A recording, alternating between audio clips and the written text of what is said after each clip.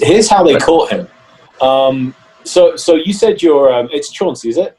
Yes, Chauncey. So you said you're married. You have a wife. Yes. So if you happen to be acting strangely, you know, I don't know what your wife would think, but it's pretty reasonable to assume she's not going to go, I do wonder if Chauncey is bringing men home and murdering them and putting them in the backyard. Like nobody really starts out with It's that. not what you jump to first. Yeah. Right. I put the pickle jar on the wrong shelf, and she calls me out. So, yeah. There's no getting It's a past it. monster. It's easy to see how this kind of escaped his wife's attention. The first real clue was when Herb's son is playing out in the woods behind Fox Hollow, and he finds a human skull. Yeah. Ooh. So now bear in mind he's got a sister, and any boy with a sister finds a skull, and this is a golden opportunity, right? So he goes to the house, gets a big broom handle, puts the skull on the stick, and puts it up to a bedroom window. Cue screaming, cue pandemonium, cue hilarity for him. And so Mom, of course, wants to know, where did you find this thing?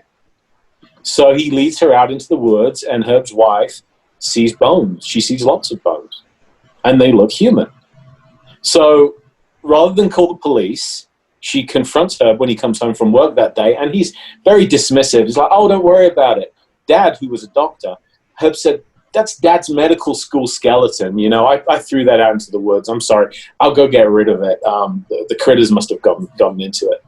And she accepted this explanation. Yeah, it's a little improbable, but... Well, I mean, you know, who knows, right? Again, I mean, it's probably more probable than my husband has murdered 19 people, I guess. Who wants to believe that they're living with a serial killer? And what year was this? I'm sorry. What year was this? So this is the mid-90s now. Right. Okay. So I guess it's possible that his dad's school skeleton could have actually been a real skeleton at that year. It's theoretically possible, absolutely. Yeah. Okay. And I totally see why she wouldn't necessarily open that whole can of worms, right? Mm-hmm. Sure. So anyway, the Baumeister's marriage was kind of troubled. In fact, they were on the outs. What really got Herb nailed was he got careless, right? And this is the thing with almost all serial killers. They get away with it, and they get away with it, and they get away with it until the moment they don't. And in Herb's case, he picked the wrong guy. He picked a young man who had family that missed him and hired a private detective. And a lot of the credit for breaking the case goes to this man, a chap called Virgil Vandergriff, who knew how law enforcement worked. And as he started poking around, Virgil went to the same bars. He posted, "Have you seen this man?" posters of the victims, and started asking questions. And stories started to emerge of this guy, this Brian Smart, that was the last seen in the company of the men that had disappeared. And it wasn't long before Mr. Vandergriff started to suspect that a serial killer was working the gay bars of Indianapolis. So that alone caused the police did stake out the bars. They did listen to him, but Herb killed intermittently, so they weren't able to catch him in the act. Nobody saw him doing it. Finally, though, he let a victim live. Uh-huh. And this victim went by the pseudonym of Tony Harris, and he managed to escape from Fox Hollow Farm, went to the police, told them that he'd been essentially attacked by this individual in a big old place, something farm. It had a big wooden sign outside, but I don't remember exactly what or where. Yeah. So finally, things started to point towards somebody very affluent that lived not too far from Indianapolis. And they ended up finally tracing Herb's car. They got a picture of this Brian Smart when he reappeared. They got a picture of his car license plate, traced it through the vehicle records, and found that it was registered to one Herbert Baumeister of Fox Hollow Farm. So now the detectives have him. They have their man, but they can't prove it. He lawyers up. He refuses to allow a search of his property. Yet, amazingly, he doesn't clean up the property. Yeah.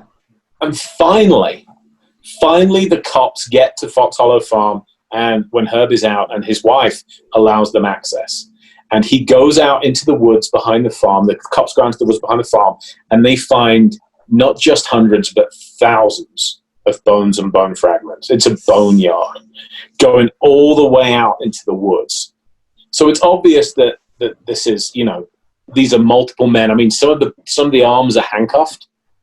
You know, they show signs of trauma, of having been burned, of having been hacked up. So they're going to go arrest Herb, but when he hears of this, he gets tipped off. Herb makes a run for the border. He goes to Canada, crosses the border. He's napping. This is kind of interesting. He's napping under a bridge in his car, and somebody's knocking on his window. He wakes up, and it's a Canadian mounted officer. And the mounted officer tells him, "Sir, you can't sleep here. It's not safe." So he drives away. He said, I'm on a vacation, just taking a safety nap. He drives away. On the back seat of his car was a box full of videotapes, old VHS tapes, which have never, ever shown up since. We don't know what happened to them. But Herb went to a beach in a state park near a lake, pulled out his dad's gun, which was a .357 Magnum that he'd nicknamed Dirty Harry, and he ate his favorite food in the world, a peanut butter and jelly sandwich, and then shot himself in the head. After writing a suicide note. Now, the suicide note took no responsibility for any murders, never mentioned any murders. He basically said that his business was failing, you know, and he had not been a great family man after all. He was kind of a failure, and he was now going to lay down and go to sleep, is how he put it, and he shot himself in the head. At no point, though, did he ever allude to what he'd done to those poor men. Welcome